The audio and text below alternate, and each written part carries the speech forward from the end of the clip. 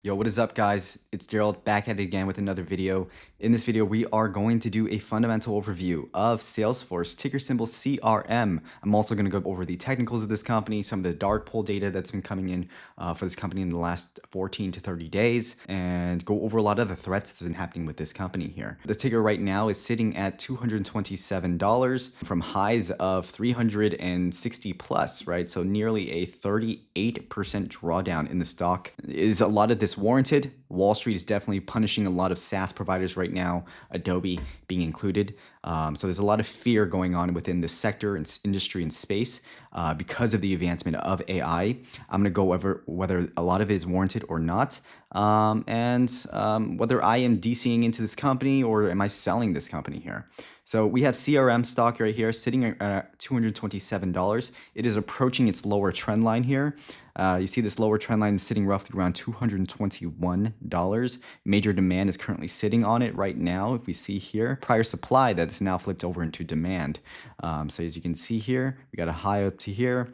We got a break above this supply zone. Now it's been acting as an area of demand. And now we are once again at an area of demand where the RSI is completely oversold at 27.89 on the daily time frame here.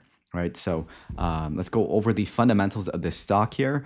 CRM, Salesforce is the +1 CRM provider globally for the 12th consecutive year, right? CRM standing for Customer Relationship Manager. They hold a 20+% market share. They lead in North America, Latin America, Western Europe, as well as Asia Pacific, right? So this dominance is actually a crucial thing to understand about this company, right? Huge companies have a huge amount of scale, and because of that, it's less about customer acquisition and more about leveraging what they have as a SaaS here. Right, so customization and integration is also a huge pro for this company here. Salesforce offers unparalleled customization through its app exchange. They provide over 5,000 third-party integrations and tools for tailored workflows. Right, so this is embedded in a lot of enterprises. AI and technological innovation, they lead in the AI-driven CRM advancements. So they are utilizing generative AI, right? One of the key reasons that the SaaS companies having a multiple re-rating towards the downside or multiple minimization from this standpoint is because of AI and whether or not there's going to be a lot of new startups that's going to be coming into the space, whether or not that's going to be impeding into a lot of the growth of this company here. I'm going to go over the growth numbers of this company, but overall right now, it looks decent, right? So operation efficiency being another core driver for this company. And once again, global scalability, right? This is a company with a cloud-based infrastructure and mobile accessibility that enables seamless scalability for businesses of all sizes, right? So whether it's a smaller business or a larger business, they serve businesses of every single size, right? The weaknesses of this company, it's the over-reliance on AI initiatives, right? So they have an aggressive focus on AI-driven features like Einstein GPT, which is risking diverting attention from its main core CRM functionalities, right? They are also having slowing CRPO growth, so performance obligation growth for Q2, signals challenges in securing those new contracts, right? Because of the advancement of AI here. And that touches into the intensifying AI competition within this space, right? We have other huge powerhouses, Microsoft, Oracle, SAP, all pretty much embedding or trying to take a market share through their advancement of their AI tools here. So now I'm going to be touching a little bit more onto the fundamental aspects of this company, whether a lot of that is priced into this company, whether its most recent earnings reflects AI adoption impeding into a lot of their margins, into their revenue growth here. But first and foremost, we have the intrinsic value. The stock is sitting 28% away from current valuation. So it has an intrinsic value of $317. We have relative value that's even much higher than that, a DCF value that's still higher than current valuations. But on average, the intrinsic value is sitting roughly around 317. And this is sort of reflected with what Wall Street is sort of seeing, right? So Wall Street has 58 buys, 6 sells, so 60% that are buying, 33% that are holding, and 6 that are selling, right? So it is widely covered by many analysts. So you get a good amount of numbers to really get a good idea of what the stock should be trading at, right? So we have an average price target of 325 with the lowest downside target of 11.9% on the downside. So limited downside from what I'm seeing. And what I'm going to do is I'm going to supplement my thesis with this by looking at what hedge funds are doing, right? So overall, 51% were bullish, 49% were bearish. Bullish meaning they opened, they increased, or they held their position, or bearish, where they decreased or even closed their positions here. So overall, looking at some notable hedge funds, we have Ray Dalio here, increases position by 22%, has a $475 million position that composes nearly 1.86% of his portfolio.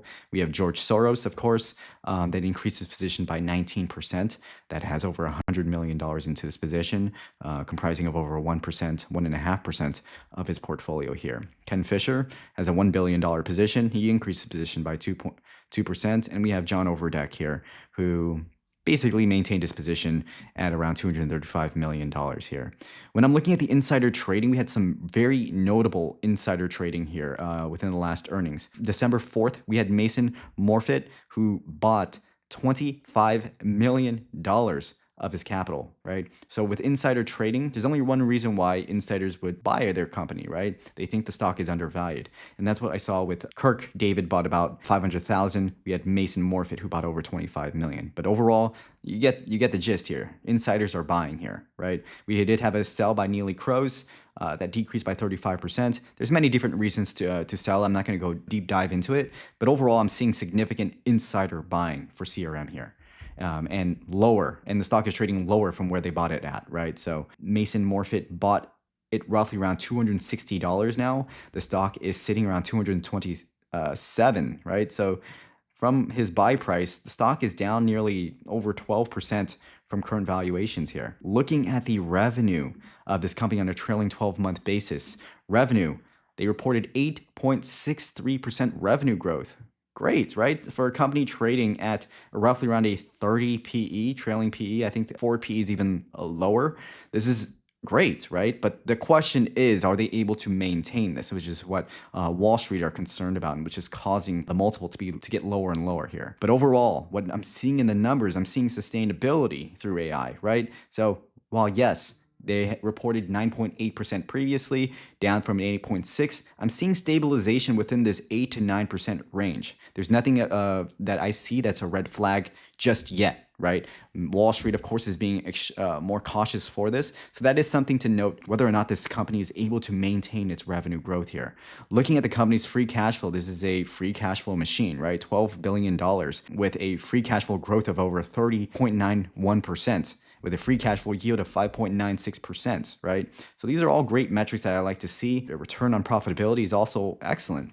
Return on assets of 7%, return on equity of 11.88%, return on capital employed of 11.99%. What I'm looking for here is return on assets over 5%, return on equity really over 10%, and that's what I'm sort of seeing here. Looking at the margins, that's the main thing that a lot of people are concerned about, right? This is a very competitive field, especially with AI. Are those margins right now showing compression? And as of looking at the margins, it's actually inflecting in the upward thing, right? So it seems to be an overly cautious Wall Street because of AI, but the numbers don't seem to reflect it, and which is why I view it as an opportunity for the stock here. Looking at the company's balance sheet and sort of safety levels, debt to equities of 0.19. This is a very light capital expenditure company, right? This company has how much in cash here? Let's take a look. The company has cash of nearly 9 billion, current assets of 21 billion, with current debt sitting roughly around 564 million. So from a balance sheet perspective, it looks healthy, right? And looking at it from the shares outstanding, it is decreasing. I don't see much dilution for a company like this, right? So fundamentally, it looks good, right? The main question is whether AI is going to impede a lot into its growth, what CRM is offering as a customer relationship manager, right? Looking at the dark pool data for the past 30 days, it's been overly bullish, right? We have 2.4 billion that were bullish compared to 552 that were bearish prints. So a net positive flow of 1.8 billion, right? In the past 3 days, we got some aggressive buyers of 13 million. Did get some aggressive sellers that were sitting around $227 here. But overall, I'm seeing heavy accumulation within these areas. We see heavy volume for the company here. Let me pull up the volume for here. And yeah, within the last 3 days or so, there's been a lot more heavier volume than normal. Yes, mixture of bears and bulls here, but we're entering into very oversold conditions. I'm seeing in the dark pool data some buys here. We saw some $11 million print 3 days ago 4 days ago, about a $23 million. That was aggressive. Another 10 million, another 8 million. So I'm started seeing more aggressive buyers as we enter these key areas of demand for the stock here. But looking at the stock right now, seems to be a lot of it is priced in, right? We have Wall Street higher than where it's currently sitting at. Intrinsic value, so discounted cash flows that are represented for the company that's offering a pretty substantial margin of safety for the stock here. And we're sitting at a crucial area of support here, while the stock is completely oversold on the daily time frame, right? We are approaching with heavy bearish intensity towards this lower trend line, so it would not surprise we visit 221 before a potential reversal. We are already hitting to very oversold conditions at a key area of support here, so I expect some level of reversal in the company in the coming days to even weeks here. This is my opinions on CRM. I believe this is an opportunity. I personally will be dollar costing averaging into this position, never just all into a certain position, right? No matter how confident you are into whatever stock here, you want a dollar cost average. And of course, we are in a weaker macro environment here. There's a lot of uncertainty with Trump and his policies with tariffs, so that's going to be affecting all stocks for that matter, right? Of course, we are entering less stocks that are trading in less of a premium, so they have the ability to even outperform the overall indices. But if the overall macro is weak, there's a good chance that a lot of these weaker companies, especially with a lot of concern, to get hit with it, right? So dollar costing averaging to these positions as the weeks progress seems to be the appropriate level of choice here. And yeah, that is my analysis on Salesforce. If you guys have any other stocks you guys want me to evaluate, shoot them down in the comments below. And as always, if you guys can hit that subscribe button, it's going to mean a lot. It's going to help me push out a lot more videos and reach out to a lot of people and offer as much help as I can for you guys, right? So I've been trading in the markets for over 10 plus years. I have a 7-figure portfolio. I've already made my money in the stock market. I'm trying to help you guys out here. If there's any other stocks you guys want, just shoot them down below. And happy trading, guys. Take care.